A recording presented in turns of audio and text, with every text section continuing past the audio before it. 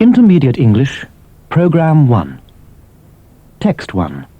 Topic, A Quiet Life. Felix Cat is a typical resident of Siberia Avenue, Surbiton. He looks gloomy, but in fact he is quite happy, and he leads a quiet life in this suburb of London. His wife Gertie looks after him carefully.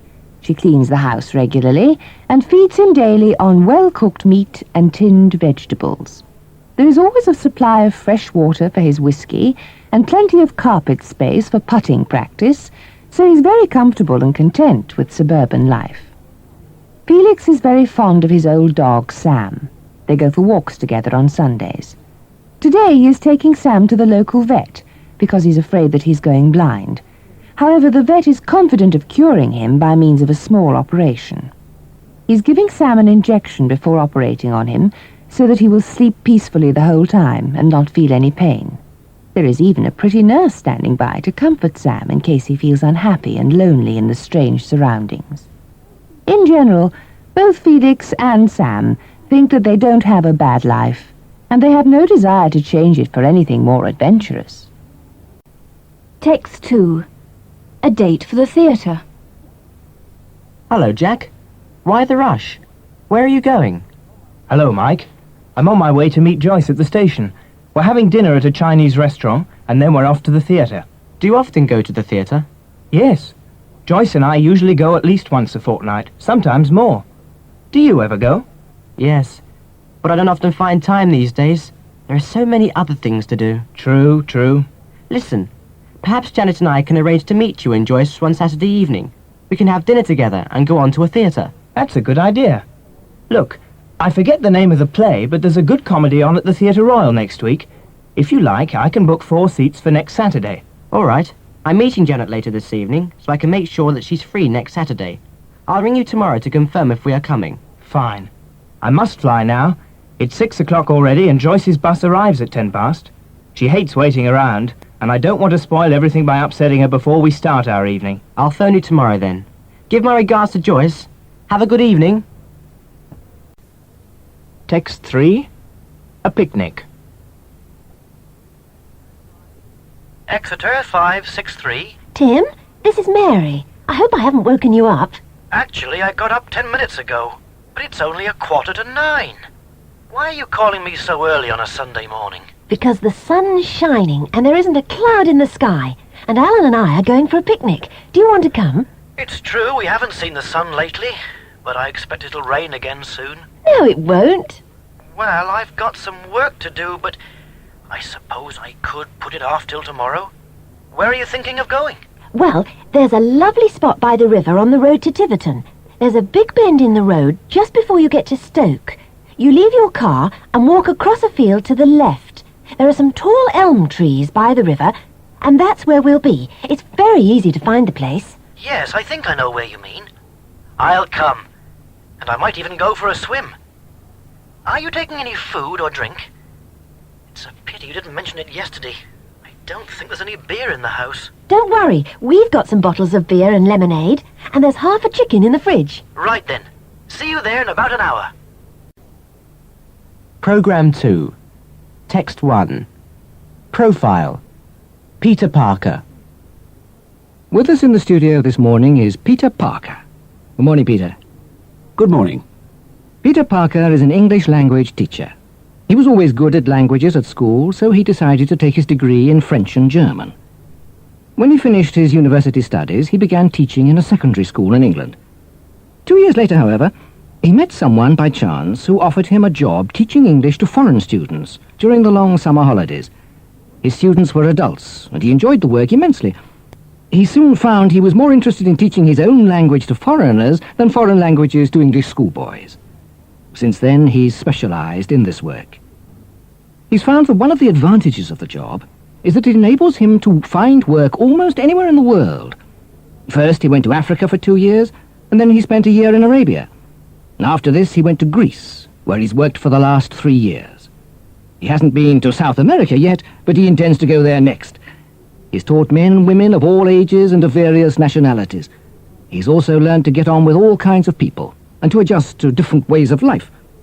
So far, he has not regretted his decision to follow this career. Now then, Peter, tell me what you feel about... Text 2. Holiday plans. Have you had your holiday for this year yet, Jane? Not yet. I'm taking it at the end of September. Where are you going? Have you made up your mind? Not really. I thought of going to Spain again, but I've already been there twice and I'd like to try somewhere new. My brother's just gone to Mexico for 2 weeks. I had a card from him yesterday, and he seems to be having a good time. Why don't you go there? That's okay for you well-off people, but I couldn't possibly afford it. I'm much too hard up at the moment. Well, the airfare is quite expensive, I admit. But you needn't spend a lot when you get there. I've already spent a lot of money this year. My flat was done up last month, so I haven't got much to spare for expensive holidays abroad. Oh, I see. Perhaps I'll just go to Scotland or Ireland in the end. I've heard they're both very beautiful, and I haven't been to either of them. We went to Ireland 2 years ago to pay Jill and her husband a visit. They're in Dublin now. Oh, yes, so they are. If you decide on Ireland, you can call in on them. Jill would willingly put you up for a few days, I'm sure. That's a good idea. I haven't seen Jill for more than 3 years now, and I'd like to know how she's getting on. Text 3. The lost tie. Have you seen my new tie, Mum? Which new tie? The red one I bought in London a couple of weeks ago. I wore it to the dinner party at the Dawsons' place on Saturday, and I haven't worn it or seen it since. No, I don't think I've seen it this week. But have you looked for it properly? I expect you threw it carelessly into the back of the wardrobe after the party, the way you usually do. I've looked for it everywhere, and it's not in the wardrobe. Have you tidied up my bedroom again and put all my things away in new places where I'll never find them? I always put your ties away in the wardrobe where they belong, so don't blame me. Are you sure you haven't worn that tie since Saturday? No, I don't think so. On Tuesday you went out with Janet, and I think you put it on then. You didn't come in until 1 o'clock in the morning, and I was already in bed. Perhaps you took it off in Janet's house and left it there. Ah, I remember now. It was a bit hot and I took my tie off in the car on the way home on Tuesday. I suppose it's still on the shelf under the dashboard. As usual, you've only got yourself to blame. It's a good job your head is firmly fixed to your shoulders. Otherwise, I'm sure you'd lose that, too. Programme 3. Text 1. A road accident. It was raining heavily as I was walking up the hill towards the station at 6 o'clock on a Saturday morning. At this early hour there wasn't much traffic, and there weren't many people in sight. Just as I was crossing the road near the top of the hill, a car came round the corner. It was travelling very fast, and the driver was obviously having difficulty in controlling it. Suddenly it swerved violently, skidded on the wet road, hit a lamp-post, and turned over. At once I ran to the car to assist the driver, but he was unconscious, and there was a lot of blood on his face. A young woman hurried into the station and phoned for an ambulance, while I took care of the driver. A number of other people gathered round the car, but there wasn't a great deal we could do. A policeman arrived a few minutes later and asked me a lot of questions about the accident. Shortly afterwards, the man came round and he was groaning quietly when the ambulance arrived at high speed and rushed him away to hospital. On Monday morning, I went to the hospital to inquire about the man. They told me that his injuries were not serious after all, and that he was rapidly getting over the effects of the accident. Text 2. A little gossip. Good morning, Mrs. Smith. What beautiful weather again. Yes, lovely. What a splendid summer we've had so far this year. Yes, but some people are complaining about the heat and grumbling because we haven't had much rain for the gardens. Some people are never satisfied. By the way, have you heard that young Patrick Ellis has had another accident in his car? How awful. Is he badly hurt? Well, they took him to hospital, but I don't think it was serious because he's coming home again today. I suppose he was driving flat out again. Only yesterday I was telling Mrs. Taylor how madly he drives, and all his friends are just the same. I know. What wild things young men are these days. I've got some news for you, too. Have you heard that Eva Browning is getting married for the 3rd time on September the 10th? Fancy that! She only got her 2nd divorce in the spring. What a dreadful woman she is. Her first marriage only lasted 6 months, and that was only in 1972, wasn't it? Yes, that's right. At this rate, she'll lose count of her husbands before she's 40. She may lose count, Mrs. Jones, but we certainly won't. Text 3. A few errands. I'm just going down to the shops to buy some cigarettes, Gertie. Do you want anything while I'm there? Yes, what a good idea. There are a lot of things I need, as a matter of fact. Let me see. We haven't got many eggs left, so bring a dozen large ones. And there isn't much cooking fat in the jar, so bring a pound of lard. And... Hold on. If you want me to get a lot of things, write them down on a piece of paper, or I'll forget something. All right. But wait a minute while I look in the other cupboard to see what we need. Hurry up, then. I want to call in for a chat with Jerry on the way back. We've got plenty of cocoa, but we've nearly run out of coffee, and there isn't a great deal of tea left. Bring a large tin of instant and a 1/4 pound of tea. Oh, and I want some ham. How much? 1/2 pound will do. We're short of vegetables, too. Bring some beans and a tin of carrots. I only wanted to go out for a stroll and a chat. I need a lorry to bring all that home. Here's the list. Oh, and you can pick up my coat at the dry cleaners while you're passing. And do me a favour while you're at Jerry's. Ask Pam if she's free on Thursday morning. We're having a meeting at 10 o'clock about the tennis club dance in August. Do you mind if I have half an hour to myself after I've done all your business for you? Programme 4.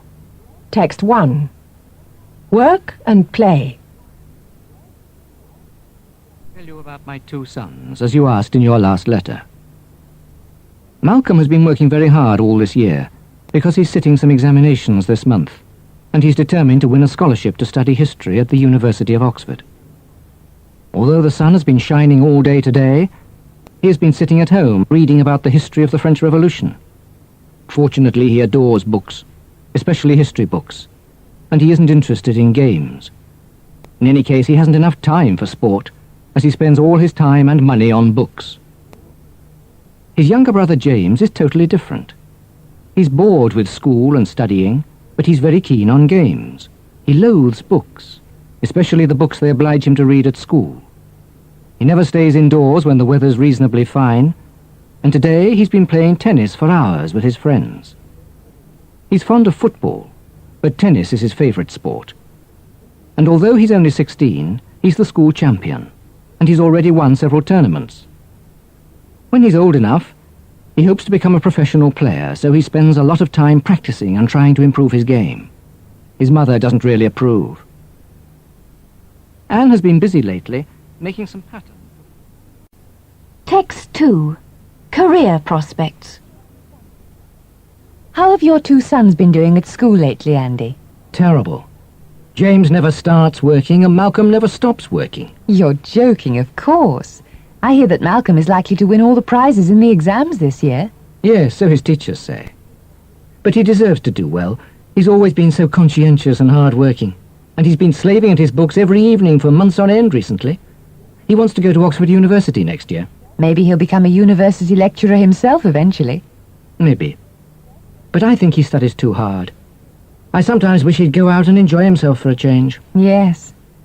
What about the younger one? Well, James' teachers say that he has ability, but that he's too inconsistent, and that he rarely does his best. In other words, he's not bad when he makes an effort, but he's too idle. He couldn't care less about exams. He does his homework in 10 minutes every evening and then rushes out to play tennis. He's crazy about tennis, isn't he? Perhaps he can make his fortune at it. You can make more money from sport than from an old-fashioned profession these days. So I believe. But my wife always worries about the children's future.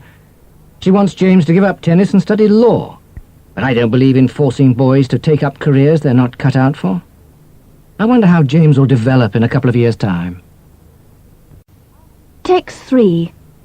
After the exams. What did you think of the exams, Pete? I reckon they were dead easy.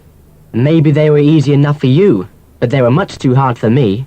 Oh, come on.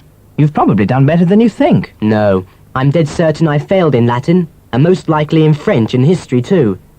Thank goodness it's all over, though. We can forget about it now, at least until the results come out. Yes. Now I can get on with reading all the books I've been wanting to read for months but haven't had time for. What? Well, it's up to you, I suppose, but I've had enough of reading. I'm not going to open another book for months. Don't you think we all deserve a break? Well, yes. I'll take a day or two off perhaps, and I think I'll come to Bob's sister's party tomorrow night. But if I'm going to university in October, I'll have to get down to some serious work again pretty soon. I've got to get through the A-level exams first. I'll worry about university if and when I ever get there. That's the trouble with you. You always try to do everything at the last minute. And you're too serious. That's your trouble. You never stop swatting. Well, I like reading. And I can't stand it. I don't know why I decided to try to go to university in the first place. I think I'll run away and join the army or something. Programme 5, Text 1. An informal invitation. 35 Manor Road, Harpole, Portsmouth, the 30th of August. Dear Bob, I'm just writing to let you know our new address and to invite you to our housewarming party next Saturday. I'm sorry about the lack of warning, but we've been busy moving house and I've had little time for anything else. In any case, we only decided to hold the party last week when we found out that the cost of moving was not as high as we had reckoned and that we had a little cash to spare. We moved in here 2 days ago, and we've been working non-stop ever since. This evening we decided to have a few hours rest, so I'm writing a few invitations to some friends. You can do the trip from Oxford to Portsmouth in 2 hours now the motorway is open. Harpole is rather difficult to find, though, because it's a new housing estate and few people know where it is. Give us a ring when you're in the area, and I'll give detailed directions to you then. Our number is 7453. Barbara and I hope you can make it in spite of the short notice. All the best, Charles. P.S. We can fix you up with a place to sleep. I imagine you can put up with a mattress on the floor. Text 2. Detailed directions. Harpole 7453. Hello, Charles. This is Bob. You were quite right in your letter. Very few people have any idea where Harpole is. I've asked half a dozen people so far without success. I guessed you'd have difficulty. Where are you now?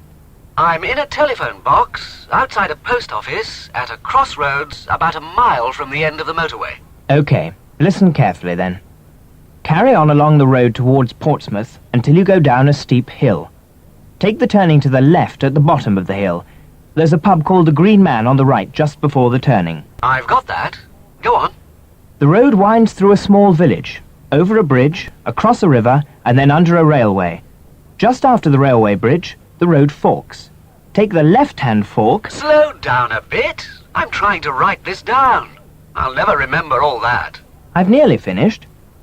After about a mile, you'll drive through a wood, and as you come out of the wood, turn right and go up the hill to Harpole. Manor Road is the second turning on the left, and our house is at the end on the right. You'll see my car, the dark blue Rover, parked outside. I suppose I'll find it. But if I'm not there by midnight, send out a search party. Text 3. Arranging the house. Give me a hand with this sideboard, Charles. I want it over there by the settee.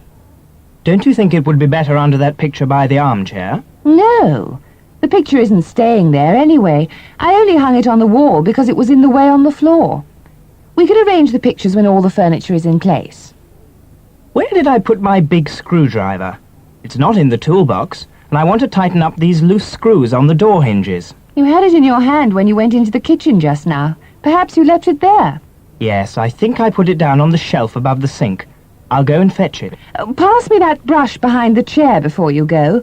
And take your tools off that nice polished table. You'll spoil all our furniture before you finish. Don't keep on nagging.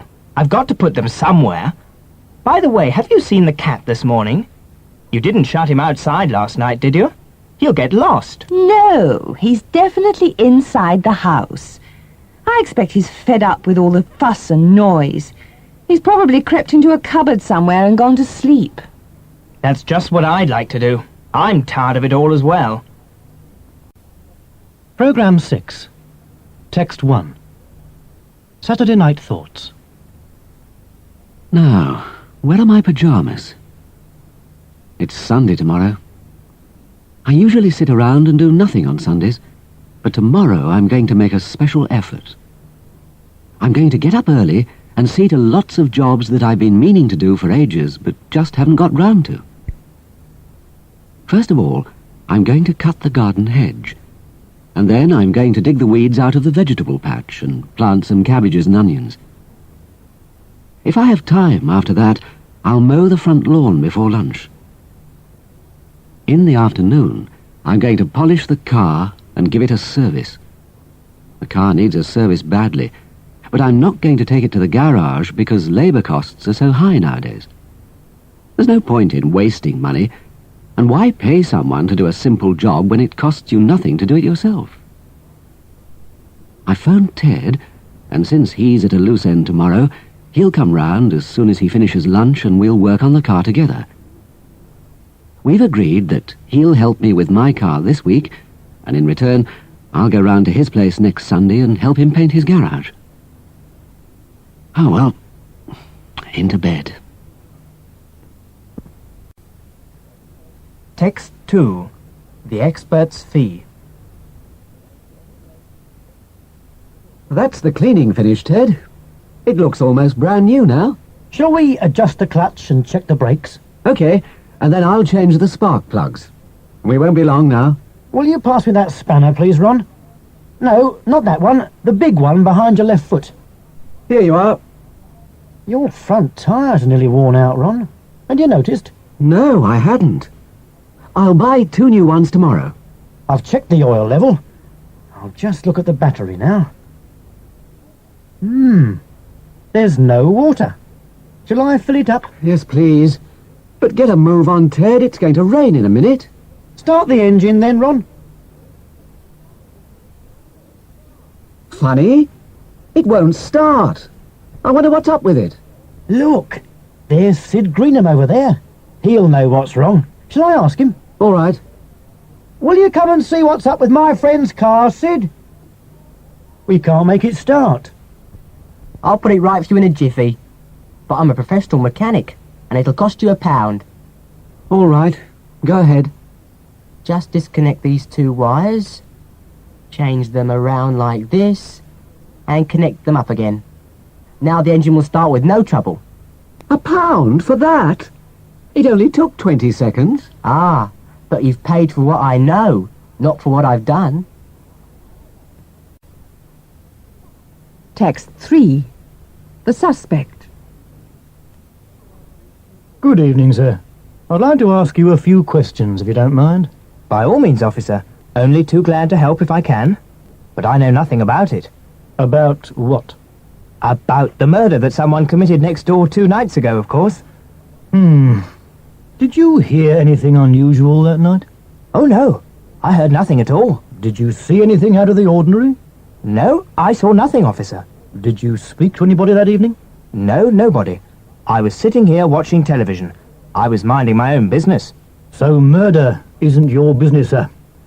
Someone fired 6 shots with a revolver, but you heard nothing. A man ran through that door 5 minutes after the crime, but you saw nothing and spoke to no one. Yet you say you sat in that chair the whole evening and went nowhere. It all sounds very suspicious to me, sir. Have you anything to add? Nothing at all. Then I have no more questions to ask. But you won't get away with it. What was that? We shall proceed with our inquiries, sir. Programme 7. Text 1. Topic: UK elections. Next month, the people of the United Kingdom will be voting in a general election, and shortly the seemingly interminable political speeches and debates on radio and television will be underway. If the Labour Party succeeds in its attempt to increase the slender majority of seats in the House of Commons that it won at the last election, it will be introducing radical new measures, including widespread nationalisation of private industry, in an effort to rescue Britain from threatening economic problems. The Conservatives, the main opposition party, will be hoping to convince the nation of the need for encouraging private enterprise. They have hopes, if the people unite under a Conservative government, of overcoming such evils as inflation, food shortages, fuel crises, and a possible worldwide slump. The Liberal Party will be trying to persuade the voters that Britain can achieve economic stability and industrial prosperity only under Liberal leadership. Meanwhile, the Scottish and Welsh nationalists may be urging the citizens of Scotland and Wales to vote for their complete independence from England and the Parliament at Westminster. Text 2. In luck. I hear you got a transfer to the new office in Rome for a few months, Steve. How did you manage that? Who pulled strings for you? No one. I was just lucky. I happened to be in Mr. Barrett's office when he was talking to the big boss from the States about it. They said they wanted to send someone who could get by in Italian, so I mentioned that I'd picked up a bit on holiday in Italy and learned some more at night school, and finally they said I could go. When will you be setting off? On Monday morning. But I'm taking 2 weeks holiday before starting work. I'll be spending a few days in Germany and a week in the Alps near Mont Blanc with a friend, where we're doing some skiing together. Will you be travelling by air? No, I'm taking the car. I'll be staying Sunday night in London at the Victoria Palace Hotel, picking up my friend at Victoria Station on Monday morning, and then making for the Dover-Ostend ferry. Roll on Monday, then. Yes. Just imagine. At this time on Monday, I'll be heading across the Netherlands on my way to Germany, the Alps, and the sunny Mediterranean. And I'll be sitting here in Birmingham sweating over the correspondence. And it'll probably be pouring with rain, too. Never mind. Perhaps they'll open a new office in Mallorca or the Canary Islands, and your turn will come. With my luck, they'll probably send me to the Sahara Desert. Anyway, I'm off. It's gone 5 and my girlfriend will be waiting for me outside, and she won't wait long. Now it's my turn to envy you. I'll be doing overtime until 8 o'clock tonight while I sort my office out. Don't work too hard. Have a good trip, and don't drive too fast. I won't. Cheerio, Terry. Text 3. Sea or air? Are you looking forward to your trip to Canada, Julie? I can't wait to see Canada, Susan, but I'm scared stiff of the journey. My husband insists on flying, but I want to sail. Planes make me nervous. There's nothing to be frightened of. How many planes fly across the Atlantic every day? I've no idea. Hundreds, I suppose. And how often do you hear of a crash? Once or twice a year? Yes, but aeroplanes fly so high and fast that once is enough. Look, there are more road casualties per day than air deaths per year.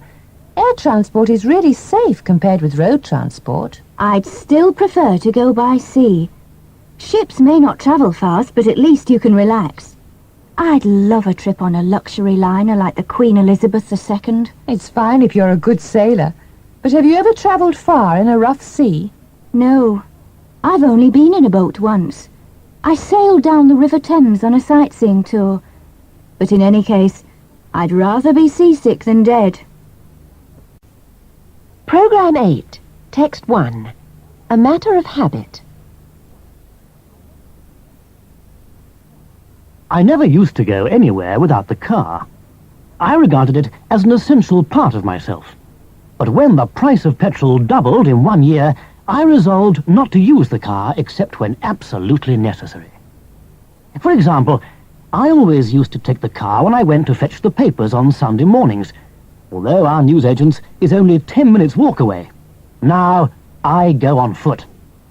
I tell myself that I'm not only economizing on petrol, but keeping fit at the same time.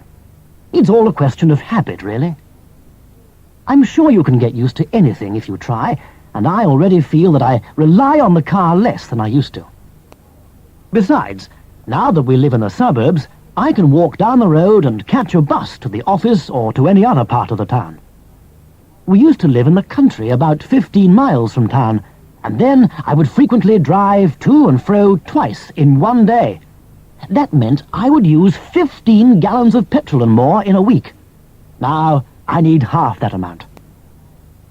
The trouble is that I'm also getting used to the petrol prices. They don't seem so very high to me anymore. Perhaps it's easier to get accustomed to expensive petrol than it is to doing without the car. Text 2. A helpful neighbour. I just brought your ladder back, Mr. Fielding. Thanks for lending it to me. Where shall I leave it? Just lean it against the wall there. How are you settling down in the new house? Oh, fine, thanks. All the neighbours have been very kind. We think we'll be very happy here. I'm sure you'll soon feel at home. Use the ladder again any time. Thanks. Do you mind if I borrow one of your drills? They're all my drills. Which one do you want? Anyone will do. I only want to drill some holes in the wall to put up some shelves. Well, take the electric one. It bores holes through anything. How does it work? I don't want to ruin it. It's child's play. Anyone can use it. You just plug it in and press this switch. Release the switch and it stops again. I'll need some long screws as well. They're out of stock at Smith's hardware stores.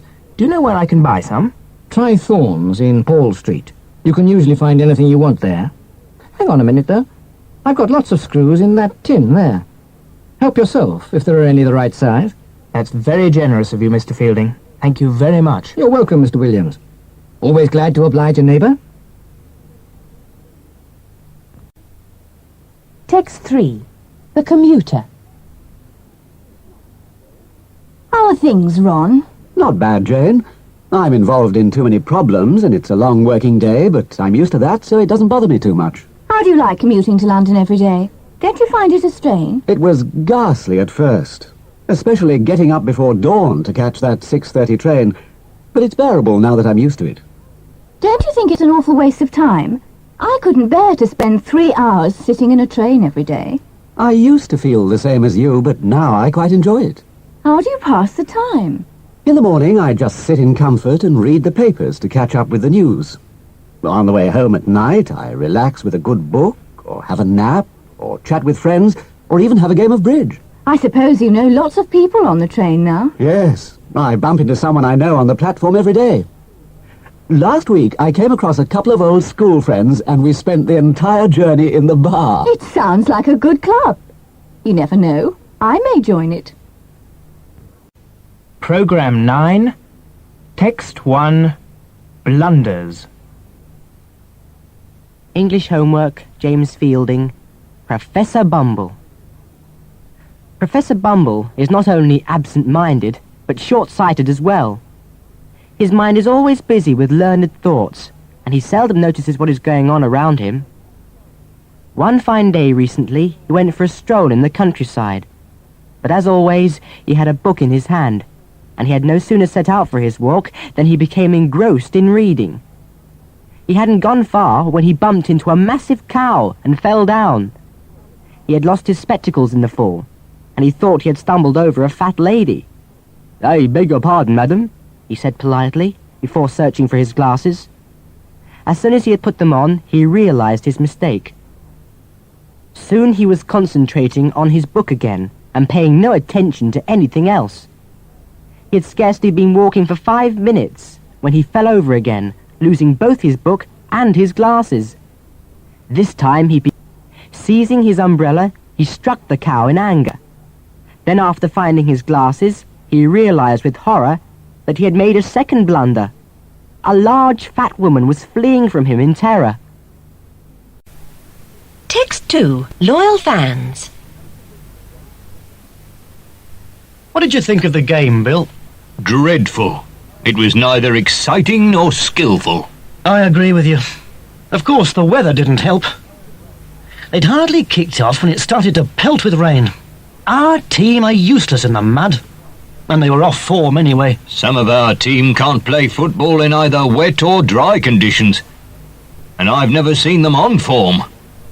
I can't help laughing when I watch old Ford. Every time he gets the ball, he either falls over or passes it to the opposition. I can't make out why they pick him. He's too old, really. He'd already been playing in the team for about 10 years when I became a supporter.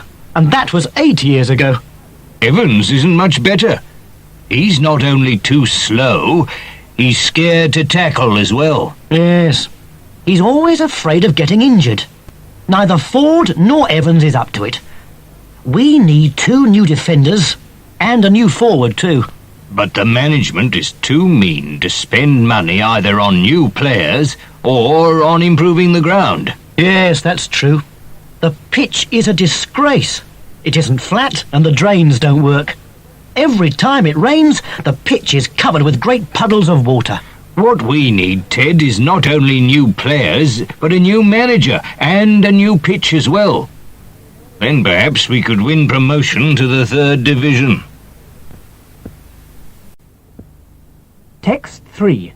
Linguistic talent. Why weren't you at the German class last night, Joan? Have you given up? Well, no. I came back late yesterday and found Simon asleep in the chair. He'd been writing reports all day long, and he was too worn out to go out again, so we gave the lesson a miss. You've missed quite a lot of lessons lately, haven't you? Are you losing your enthusiasm? Yes, I'm afraid so. Neither Simon nor I have a gift for languages. People just laugh at us when we attempt to speak German. How did you and Eric pick it up so quickly and easily? You've hardly been in Germany a month. It was neither quick nor easy, I assure you. We'd both studied the language before we came, and we only needed to brush it up a bit. Anyway, all our friends here speak English fluently, so we don't really need to learn German. Well, Eric and I have been both learning and teaching languages for years, and we enjoy it immensely. Well, keep it up. I'm all for teaching foreigners English, if it saves me the trouble of learning foreign languages myself. Program 10.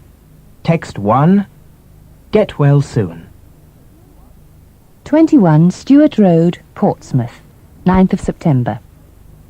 Dear Auntie Ivy, we were very sorry to hear that you are back in hospital again, but I feel sure you'll be out and about again soon. It doesn't sound very serious this time, according to Uncle Tom, and in any case you always recover from operations so quickly. We hope you'll come and stay with us for a while as soon as you feel well enough to travel. Robin started school last week, and I'm just getting accustomed to having some time to myself during the day while Trevor's at work and Robin's at school. The house seems very quiet and peaceful without Robin. Luckily, he doesn't object to going to school. On the contrary, he appears very happy there. In the morning, a neighbour takes him to school, together with a little boy, and I go to the school to meet them and bring them home again. If we lived a little nearer, we would come to the hospital to see you. But anyway, you know we'll be praying for you. Trevor sends his love and wishes you a speedy recovery. We're all looking forward to hearing from you and seeing you soon. Lots of love, Susan.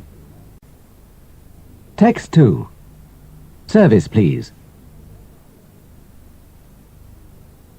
Mum, hurry.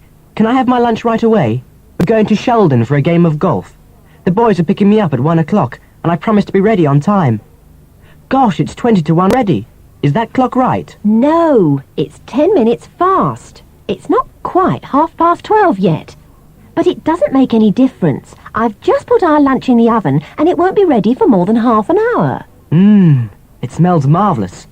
Is it ham and egg pie? I can't wait for that now, though. Put some by for me, and I'll have it this evening. What can I have straight away? I'm starving. I can make you a mushroom omelette in 5 minutes. Or you can have what's left of this pork pie. It looks a bit stale, though. Try a bit first.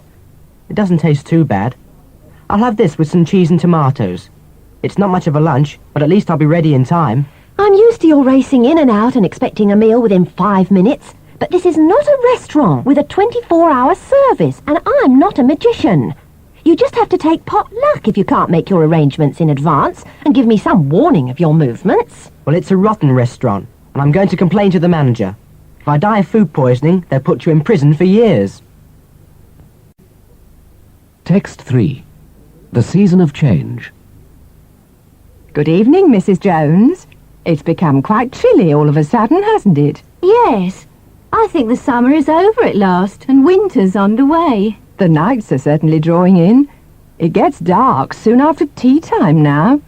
I suppose we'll be lighting the fires again in a few weeks. I'm really looking forward to sitting by a blazing coal fire again. I don't mind the winter nights as long as the house is cosy and warm, and I adore the crisp, fresh autumn air. So do I. I much prefer autumn and winter to summer. I can't stand the heat. Do you remember that heat wave we had in July? It got so hot that I couldn't go to sleep at night, and the milk turned sour before you could put it in the fridge. I used to love the summer, but now I'm growing older, I like it less and less. Well, we're all getting older, there's no doubt about that. The summers seem to flash past faster and faster every year. Have you noticed the old oak trees in the lane? The leaves have turned yellow already. They look quite beautiful. When the leaves change colour, everyone says how beautiful they look. My hair was yellow once and now it's going grey, but no one says it looks beautiful anymore. Never mind, Mrs. Smith. The trees will be losing their leaves in a few weeks. At least you aren't going bald. 7. Text 1. Topic: a new motorway. For some years now, work has been in progress on the new motorway connecting the heavily populated industrial Midlands to the holiday resorts on the coasts of southwest England. The general increase in traffic density, and in particular the mass migration of holidaymakers who flock to the south every July and August in search of a fortnight's peace at the seaside, has strained the old road system beyond its limits.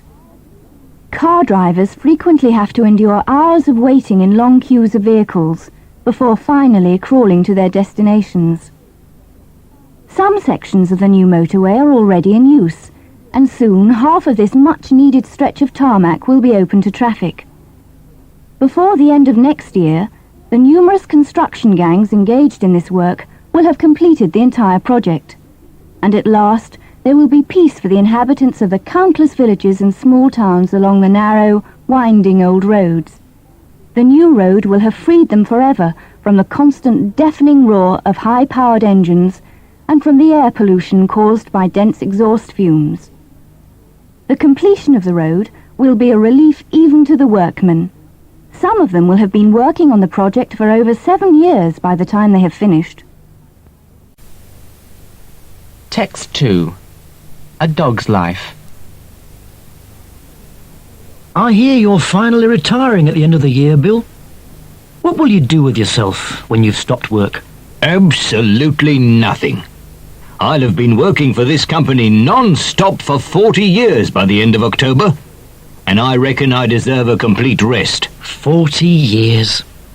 You'll have seen a lot of changes in that time, I imagine. Yes, and most of the changes have only made things worse.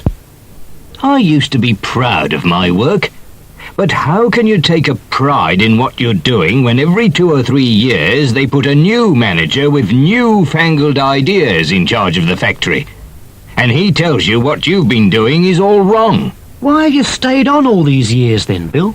Well, it's the same thing wherever you go. However well you do your job, you don't get on in any firm unless you're a friend of the manager's. And the present manager has certainly been no friend of mine. Nonsense. You're exaggerating, Bill. They don't promote you, whoever you know, if you're inefficient. Rubbish. What about that young chap, Dart? He's an assistant manager already, and he's completely incompetent. He's only there because he's a relative of the managing director's. They'll probably make him a director soon. By the sound of it, you won't be sorry to leave. No, I won't. But it'll be no better at home. Instead of the manager giving me stupid orders, my wife will be telling me off all day long. Text 3. A sobering thought. I've just come across an old photograph album of my mother's in this drawer. Come and have a look, Mike. Gosh, is this a picture of you as a baby? You were quite cute then. It's a shame you've grown up. Don't be nasty. Look, here's a photo of my sister Paula when she was still in the 4th form at school. That's an old boyfriend of hers beside her.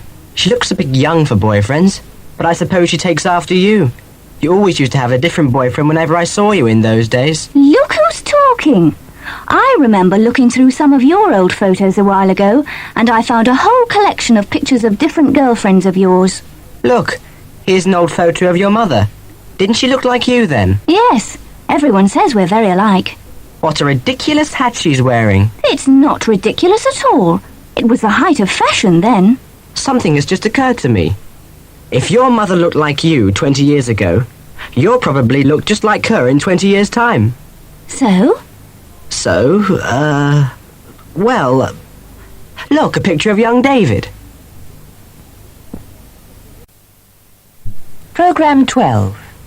Text 1. Topic: North Sea oil. As the summer draws to a close, the oil companies remain optimistic about the prospects of oil flowing ashore from new rigs in their North Sea fields before their target dates next autumn. Assuming no unexpected snags arise, they will accomplish their aim. They have settled disputes and strikes among the men and overcome various technical and political problems. But recently, the elements have caused the worst hold-ups. Abnormally high seas and howling gales have prevented engineers from lifting essential heavy equipment into position on the production platforms erected off the Scottish coast. If this spell of exceptional weather continues throughout the autumn, it will be necessary to stop work until next spring, for the oilmen know from experience that major operations are impossible in the winter months owing to the stormy seas. They are confident, however, that they will achieve their object, provided the weather breaks for just one day during the next few weeks. The British government is also eager for the timely completion of these operations. Britain's economic position will deteriorate, many think, unless revenue from the oil rescues her from her continuing balance of payments problems. Text 2. A lonely job. Wherever have you been, Patrick? I haven't seen you for months. Someone said you'd emigrated. Whoever told you that? I've been working on a weather research station on the Isle of Collet. Where on earth is that? It's a lump of rock about 100 miles northwest of Ireland. Oh, whatever did you do to pass the time? Fortunately, I had my university thesis to work on. If I hadn't had a pile of work to do, I'd have gone off my head. Was there anything else to do? Well, if you were a bird watcher, it would be a paradise. But whenever I got tired of studying, I could only walk round the island, and that took me less than 20 minutes. However did you stand it? If I'd been in your shoes, I'd have taken the first boat back to civilization. Well, I needed some information for my research there, and they paid me, so I saved some money. Now I can have a short holiday before I start looking for a job. Have you finished your PhD already? I thought you had another year to do. No, time flies, you know. As long as I don't reject my thesis, I'll be leaving for London next week. If I were you, I'd go off to the Mediterranean or somewhere before starting work. No thanks, I'll stay in London. I've had enough of the sea for a while. Text 3. Loyal fans. Hello, Bill. Are you ready yet? Oh, come in, Ted. Is it 2 o'clock already? I haven't finished my lunch yet, but I won't be long. We'll miss the kick-off unless you hurry. Take a seat for a minute. If we miss the kick-off, it won't really be a tragedy, will it? I don't suppose the game will be worth watching anyway. Probably not. But I bet if we arrive 5 minutes late, they'll score the only goal of the game before we get there. And if we arrived early, they wouldn't score any goals at all. I don't know why we persist in going to watch them every other Saturday. We wouldn't know what to do if we didn't go, would we? They're bound to lose again unless there's a miracle. I don't know. They've dropped old Ford and picked that youngster Wade in his place. Perhaps they'll win if they strike form. If they strike their usual form, they'll lose 5-0 against this team. They've already lost at home twice this season. But let's get a move on. We'll be late. Programme 13. Text 1. The comparison game. Letters to the editor. Sir, society has always been competitive, but in this century, life is perhaps more competitive than in any previous era. We are taught, almost from birth, to compare ourselves in mind and body with the people around us. Even as children, we are already intent on showing that we are not merely different from our fellows, but in some way superior to them. School life is an eternal competition. Every day, each child tries to prove that he is more intelligent than the next child, and every term, marks are added up to find the best as well as the worst child in the class. On the sports field, the process continues. The child now strives to demonstrate that he is faster, stronger, or more skillful than his classmates. Our jobs, our possessions, and even the areas in which we live become a matter of competition. We make out that our jobs and possessions are somehow better or more desirable than other people's, and we claim that our country, town, or village is the best, the biggest, the most friendly, or the most civilized in the world. Are we interested in proving our superiority, or is it that we take a sadistic delight in proving that some poor fellow being is inferior to us? Concerned, Tunbridge Wells. Text 2. More gossip. Hello, Mrs. Smith. Any news? Nothing much. It's been so cold that I haven't been outside for a week. I do hate the cold. Yes, it's best to stay indoors in such beastly weather. You noticed that the new people have arrived at number 35, though, surely? Yes, I did notice that, but I haven't met them yet. I called on them yesterday. They seemed such nice people at first, but now I'm not so sure. Really? Why? Well, they're from London, and they think it's the only place in the world worth talking about. The wife made some very catty remarks about this area. Londoners always think they're better than other people, but I always find them less cultured. What does she look like? Quite young and pretty, but she does wear a lot of makeup, and she certainly dyes her hair. Perhaps she isn't as young as she looks. Anyway, I don't want to mix with people like that. I knew they would be snobs when I saw that huge car. Surely they don't need such a big one. No. Still, my husband says it's 4 years old and it probably costs less than ours second-hand. And ours is certainly as fast as theirs. My husband would never buy a car like that. It uses so much petrol you can hardly afford to run it. But surely your car is 4 years old too, Mrs. Jones. Our car is the newest of the three. It certainly isn't. Ours is the same age as yours. Text 3. A new competition. I'm fed up with studying and exams. I've a good mind to give up everything, become a dropout and join a hippie group somewhere. That's not a bad idea. I'm sick of work myself. We could forget about the cost of living, the price of houses, keeping up with the neighbours and all the rest of it. Shall we go and live on the beach at St. Ives? Can't we look for a warmer climate? Anyway, I'd like to go further away than that. Well, it does get a bit cold and damp in St. Ives. Let's hitchhike across Europe and find some lovely lonely island in the farthest corner of the Mediterranean. We can start our own hippie colony there. Great idea.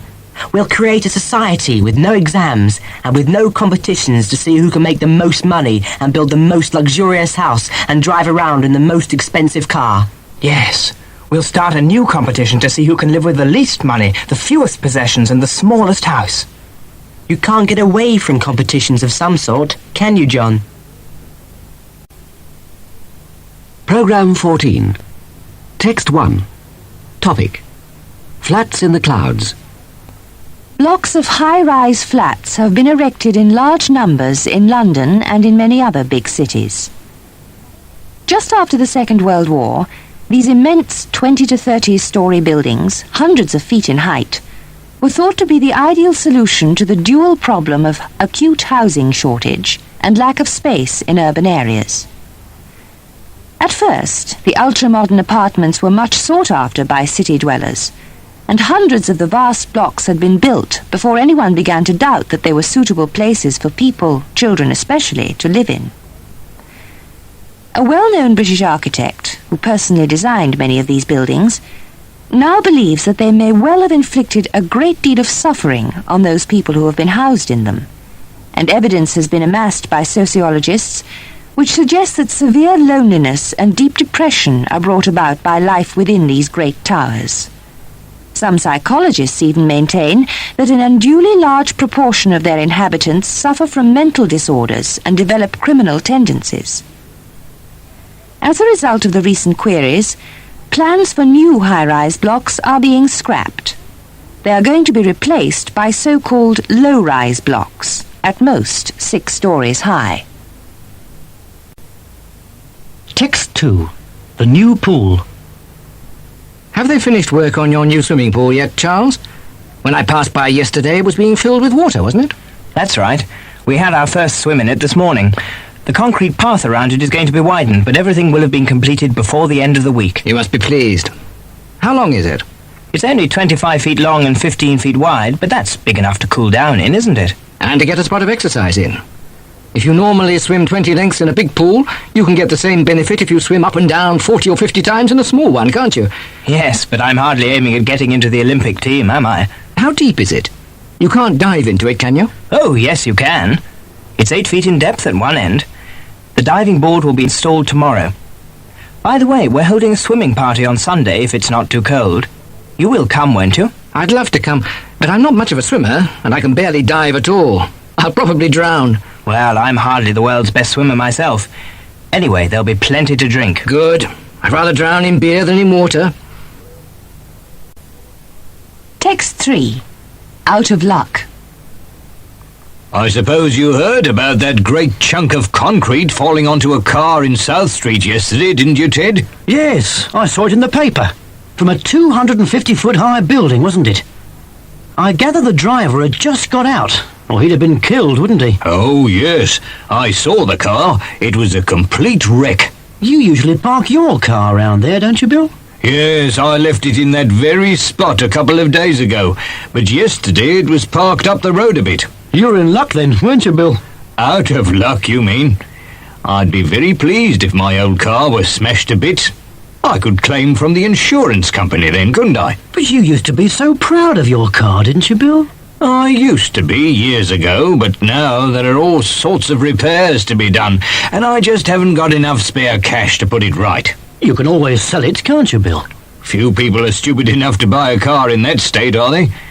The chap whose car was crushed yesterday was very annoyed about it. He'll be given a new car by the builders, though. Yes, but his car was a specially built model that can't be replaced.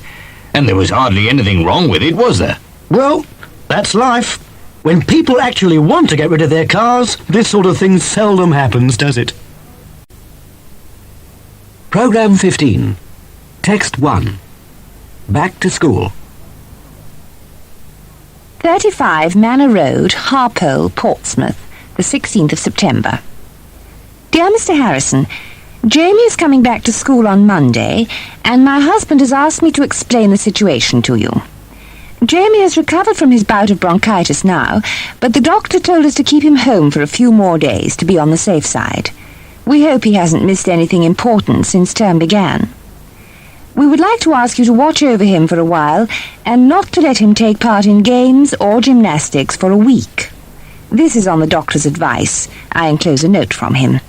Jamie is so keen on games that he will try to play before he is fit enough, unless someone keeps an eye on him. We have provided him with all the clothes on the list except the red athletics vests and the blue shorts. He has already grown out of last year's pair, but we only discovered this yesterday, and the local shop doesn't have any in stock. I shall get some next week and forward them by post. We were very pleased that Jamie took to boarding school life so well in his first year, and we trust he will continue to be happy.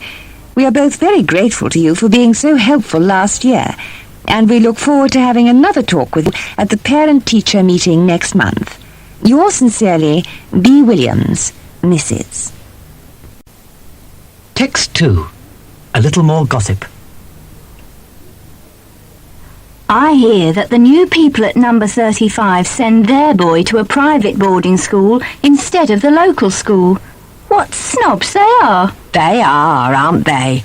I wouldn't dream of sending my little boy away to some strange institution for months on end every year. I think it's cruel. It is, isn't it? It would break my heart every term. And the thing is that these private schools are often not as good as Free State schools. They aren't, are they? My nephew only went to his local grammar school and he's just been awarded a scholarship to study classics at Oxford. The Williams only send their boy away for the sake of appearances. They just like to show off. Yes, they do, don't they? Of course, some people say that a boarding school education is good for children because it teaches them to have confidence in themselves and they learn to be less dependent on their parents. But I think it only turns them into snobs. It does, doesn't it? Still, I don't know what I'll do with my Trevor next year. I don't want him to go to that big new school. The children of all the commonest people in the area go there. Well, they're closing all the old schools. If you don't like the new state school, you'll just have to pay to send him to a private school, won't you? Text 3. The cost of appearances. We really must buy some new clothes for Jamie. His best trousers are too small for him now, and most of his other pairs are not fit to be worn in public. What about those nice brown trousers we bought for him in the spring? He ripped a hole in those while he was climbing up a tree in the garden last month. I told him not to wear decent clothes while he was playing about. I'll teach him to take more notice of what I say. Oh, leave him alone.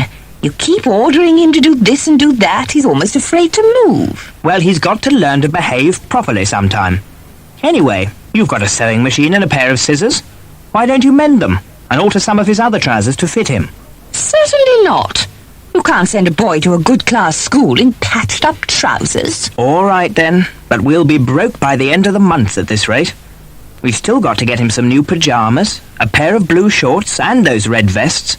Heaven only knows why he has to wear red vests. People will think he's joining the Labour Party or something. Don't be silly. I'm more worried about his maths not improving than about the colour of his shirts. And I'm more worried about paying the bills. Program 16. Text 1. English games. Squash.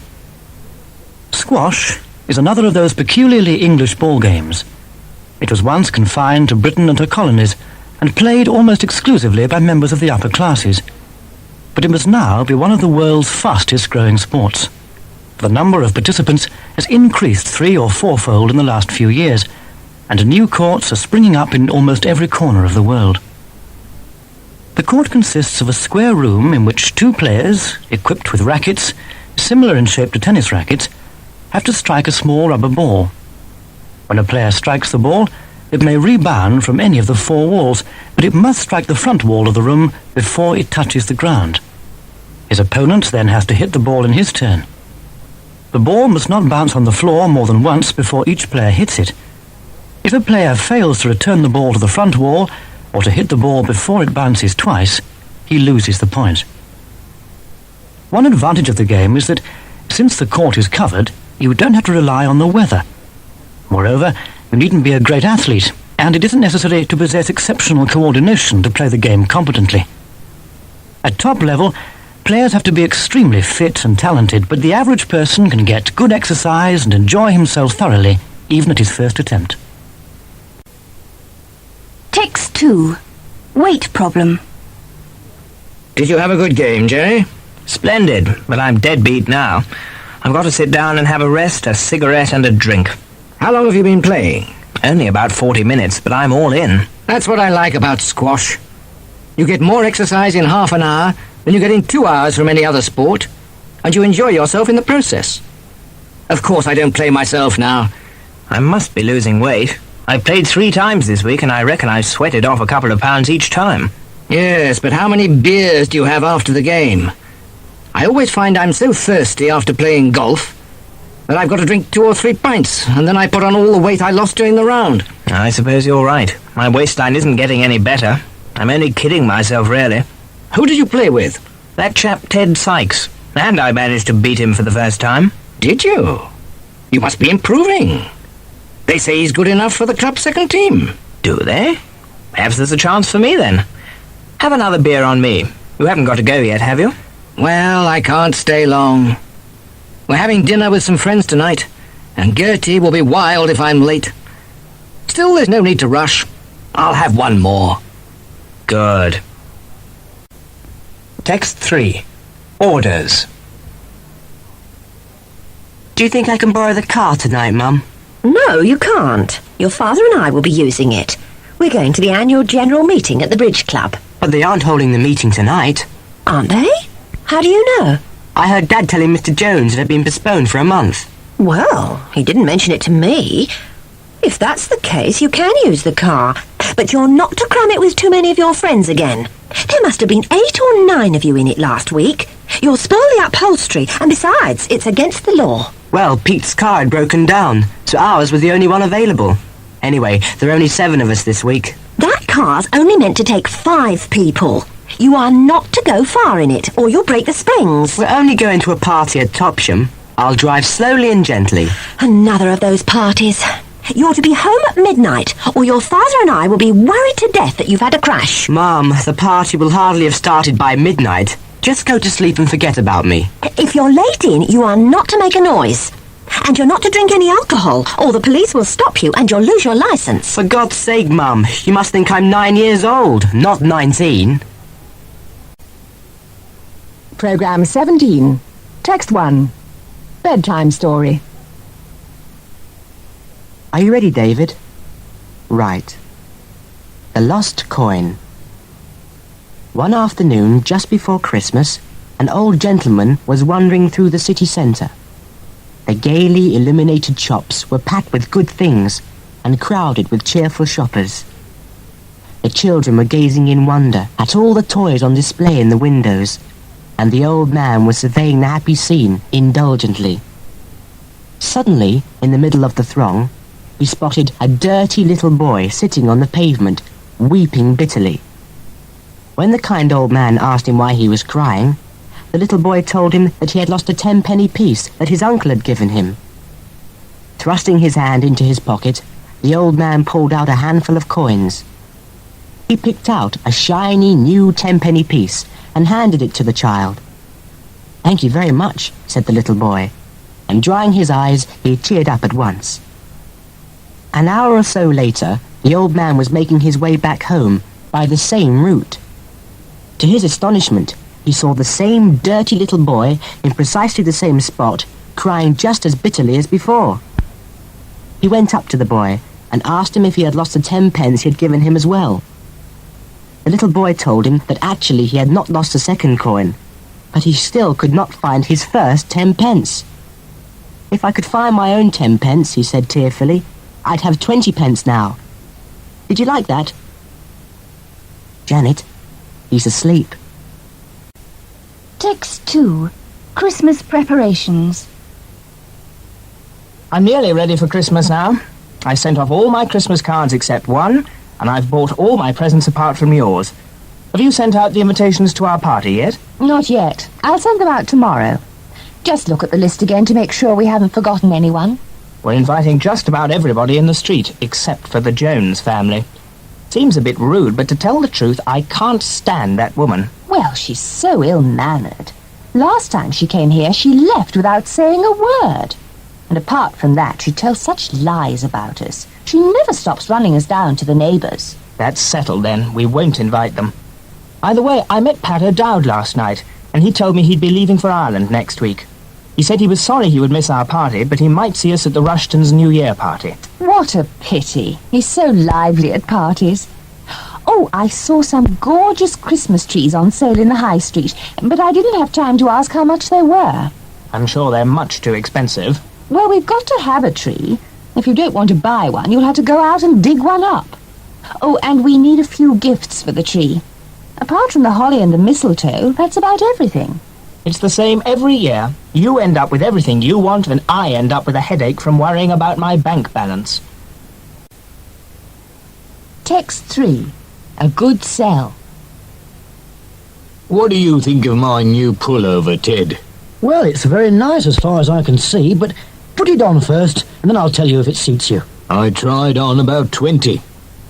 This one isn't what I wanted, really. Why did you buy it, then? The salesman sold it to me before I realized what had happened. He just never stopped talking, and he told me some story about the latest fashion and special reductions. Before I could say anything, he'd wrapped it up and taken my money. Well, it doesn't look too bad, but haven't you put it on inside out and back to front? Really? Well, I can't tell the back from the front with these high-neck pullovers. I really wanted one with a V-neck. It's a good thing it's got sleeves at the top, or you put it on upside down as well. Still, I think it suits you quite well. I went out to get a blue pullover with a V-neck, short sleeves and a pattern. And I came home with a brown one with a high neck, long sleeves and no pattern. You must be too easy to take in. You've got to learn to stand up to these high-pressure salesmen. They'll sell you all sorts of things you don't want if you don't watch out. Next time I'll send my wife. She'll probably sell something to the salesman. Program 18. Text 1. Problem children. Letters to the editor. Sir, teachers in some secondary schools in Britain are worried that their jobs may become impossible shortly unless something can be done to restore discipline in the classrooms. In the problem schools, mostly in large cities, a small minority of teenage pupils deliberately disrupt lessons to such an extent that the teachers can no longer teach their classes effectively. Some within the teachers' unions consider that the permissive nature of modern society is responsible. Small children who are continually encouraged to express their individuality without restriction are naturally reluctant to accept school discipline when they grow older. Furthermore, modern teaching techniques, which appear to stress personal enjoyment at the expense of serious academic work, might be teaching the child to put his own selfish interests before his duties to the community in which he lives. Perhaps the problem can be solved by improving facilities for the psychological guidance of these difficult children, or by better cooperation between the schools and the parents, for the parents may be mainly responsible for the aggressive behavior of their offspring. But some of us believe that there ought to be a return to more old-fashioned methods. At present, in some schools, teachers may not even slap a child who misbehaves. But I personally feel that caning should be reintroduced, and that this might produce the desired results. Ex-teacher, Beckenham. Text 2. The missed bus. Have another cup of tea before you go, Mrs. Jones. I should be off, really. I want to catch the 10 o'clock bus into town and it's nearly 1:45 already. You may as well have another cup and catch the 10:30. You'd have to run to catch the 10 o'clock now, and you might miss it even then. All right then, thank you. And can I have another of those chocolate biscuits? Of course you can. Here you are. Did you read about that awful business at the new comprehensive school last week? Yes, I did. A boy assaulted a teacher with a knife. Whatever next? He ought to be given a good beating. They're too soft on children these days. The children can do what they like, and the teachers can't do anything to punish them. May I have another biscuit? Of course. Help yourself. I don't know why they abolished corporal punishment. Things like that didn't happen when we were at school, because the teachers kept these hooligans under control by using a cane. That's true. Oh, well, I must go now. Oh, dear. Is your clock right? It can't be 10 already. I'm afraid it is. You've missed the 10:30 too now. You may as well stay here for a chat and go into town after lunch. Yes, I might as well. But Mrs. Brown is expecting me. I really ought to ring her and tell her that I won't be turning up. Could I use your phone? Certainly. Text 3. One of those days. Morning, Steve. Morning, Terry. Is Mr. Peters in yet?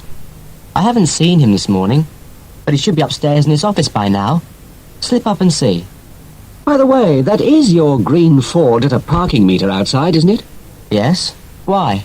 There's a traffic warden putting a parking ticket on it. What? There can't be. The time hasn't run out yet. I only parked it there about 45 minutes ago. Well, those meters are only for half an hour's parking, you know. Blast. If I run down quickly and move it now, I wonder if I can talk him into removing the ticket. There's no chance of that, Terry. These wardens never cancel a ticket once they've written it out. Damn. It's just not my day today. I went to a party last night and a hangover this morning. I tripped and twisted my ankle on the way downstairs. I mislaid my keys and spent 20 minutes finding them. And I left home without any breakfast because I was... And now this. Well, you shouldn't drink so much. But at least you don't have to worry about the car now. Since you'll have to pay the fine anyway, you might just as well leave it where it is for the rest of the morning. I suppose that is a small, but I really ought to go back to bed. Program 19. Text 1. A formal complaint. 16 Manor Road. Harpole, Hants. The 22nd of January. The sales manager, Sparks Electrical Suppliers Limited, 13 South Street, Southampton. Dear Sir, on Tuesday you sent one of your fitters to install the dishwashing machine we purchased from your company recently. Although you had assured us that we would not have to pay extra for installation, your workman told us that we had to have a new tap and various electrical fittings before he could connect the machine up. Naturally, we had to take his word for it, and we told him to carry out the necessary work. The bill he presented us with afterwards seemed exorbitant, so we went through it and checked the prices of the items. We found that elsewhere the identical articles were little more than half the price he had charged us. Moreover, we have since discovered that we need not have had a new tap at all. We trust, therefore, that at your earliest convenience you will send another man to exchange the new tap for the old one again. We also hope that, after examining the enclosed bill carefully, you will see fit to reduce the prices considerably, as well as to deduct the price of the new tap. Yours faithfully, Mrs. C. Jones. Text 2. Garages. Did you take your car to Greenham's garage to be repaired, Bill? Yes, the day before yesterday. It's in good shape again now. Apparently I needn't have worried about that terrible rattling noise underneath. It was only a loose wire and they fixed it in 2 minutes flat. Was there anything else wrong? Oh, yes. They found about a dozen other things that needed replacing. That's always the way. You take the car in for one reason and they find that everything else is wrong. In the end, you paid twice as much as you bargained for. But at least Greenham's people are fast workers. Yes, thank goodness. We had to go to Birmingham yesterday, and I thought I'd have to hire a car or borrow someone else's. But my own car was ready in time, so I didn't need to hire one after all. Of course, Greenham may be fast, but he's expensive too. I didn't have to go to him, of course. I think I'll try somewhere else next time something goes wrong. It doesn't matter where else you try. All garages are expensive these days. You just have to pay up. There's nothing else you can do. And sometimes you can't even be sure that they've done the job you've asked them to do. Last year, I had to take my car into a garage in Brighton for an emergency repair. And I wasn't even allowed to stand in the repair shop and watch while they did it. Union rules or something. Well, they probably didn't want you to see how simple the job was before they gave you the bill. Text 3. A flying visit. Hello, Mike. Did you enjoy the weekend in Paris? Yes, it was great, Mum. Look, I've brought you back some wine, and here are some cigarettes for Dad. Thank you, dear. That's lovely. But you needn't have gone to that expense. Well, I don't often buy you presents, but I don't often go to Paris either. Tell me about it. What did you do with yourself? Well, we had quite a good flight, and we got to the hotel at about 7 o'clock. We had a super dinner, and then Clive, Tim and I went to a nightclub. Didn't anyone else go with you? No, no one else wanted to come. All the others were too tired. Then on Saturday morning we did some shopping, and of course we watched the international rugby match in the afternoon. The match was drawn, but England were lucky not to lose. Where else did you go? Didn't you look round the Louvre? Yes, but it was a lightning visit. And we went up the Eiffel Tower too, of course. But we didn't have time for much else. We were told we were not to be late for check-in at the airport, and we had to rush like mad. When we got there, though, we found we needn't have hurried because takeoff had been delayed for an hour. What else did you buy then? Let me see. A few souvenirs, some postcards, a bottle of perfume for Janet. Nothing much else because I ran out of money. By the way, can you lend me a couple of pounds until next week, Mum? So that's the price of my French wine, is it? Programme 20. Text 1. Mr. Williams' diary. The fire. Sunday, February the 6th. It must have been after 2 o'clock in the morning when the last guests took their leave, and although we had enjoyed their company, my wife and I were quite thankful to shut the door behind them. We left all the dirty dishes and glasses as they were, and after opening a few windows to let some fresh air in and the smell of stale tobacco out, We climbed into bed and fell asleep. I couldn't have been asleep for more than half an hour when I awoke with a strong smell of smoke in my nostrils. Still half asleep, I staggered into the lounge, and there, through dense clouds of smoke, I saw that one of the curtains was on fire. I should have closed the windows then without delay, but instead I tried to beat out the flames with a folded newspaper. When this failed, I hastened into the kitchen to grab a bucket and fill it with water. At the same time, I shouted to Barbara, who hurriedly dialed 999 to summon the fire brigade before coming to my aid. We had to work at top speed, carrying buckets of water from the kitchen to prevent the flames, fanned by the breeze from the windows, from spreading. We were unable to extinguish the fire, but we managed to keep it partially in check until the arrival of the firemen. Fortunately, they arrived promptly, and they had little difficulty in putting out the flames. For most of the rest of the day, we worked hard. Text 2. Mutual feelings. Oh, look! It's snowing, Mrs. Smith. So it is. I can't remember when it last snowed. It snowed in April 2 years ago. It was Easter week. I remember it well. Oh, yes, so it did. It must have been the second week in April. My sister from Scotland was here at the time. What about the fire at the Williamses' house last Saturday? Did you see it? Yes. Terrible, wasn't it? The fire engine woke me up at about 3 in the morning. They were lucky the whole house didn't burn down. Their living room was in an awful mess next morning. Well, it serves them right. They were throwing another of those wild parties, weren't they? They must have been blind drunk.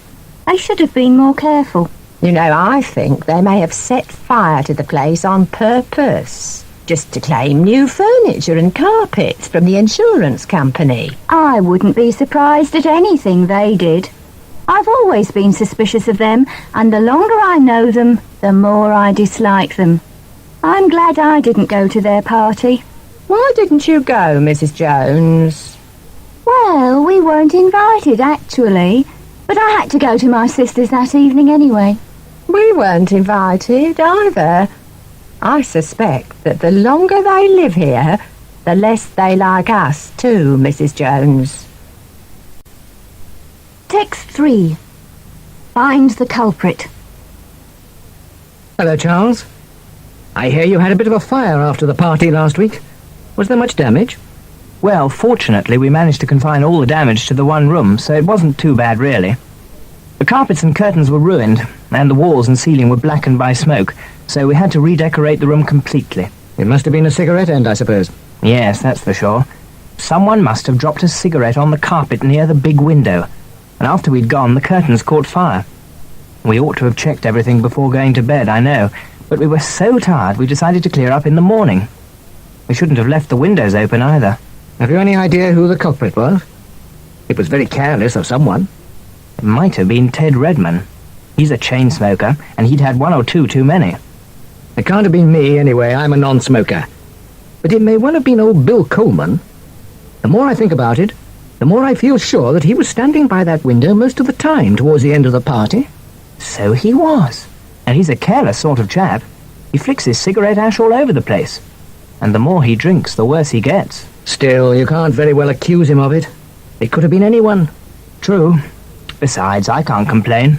Our room was repainted at the insurance company's expense.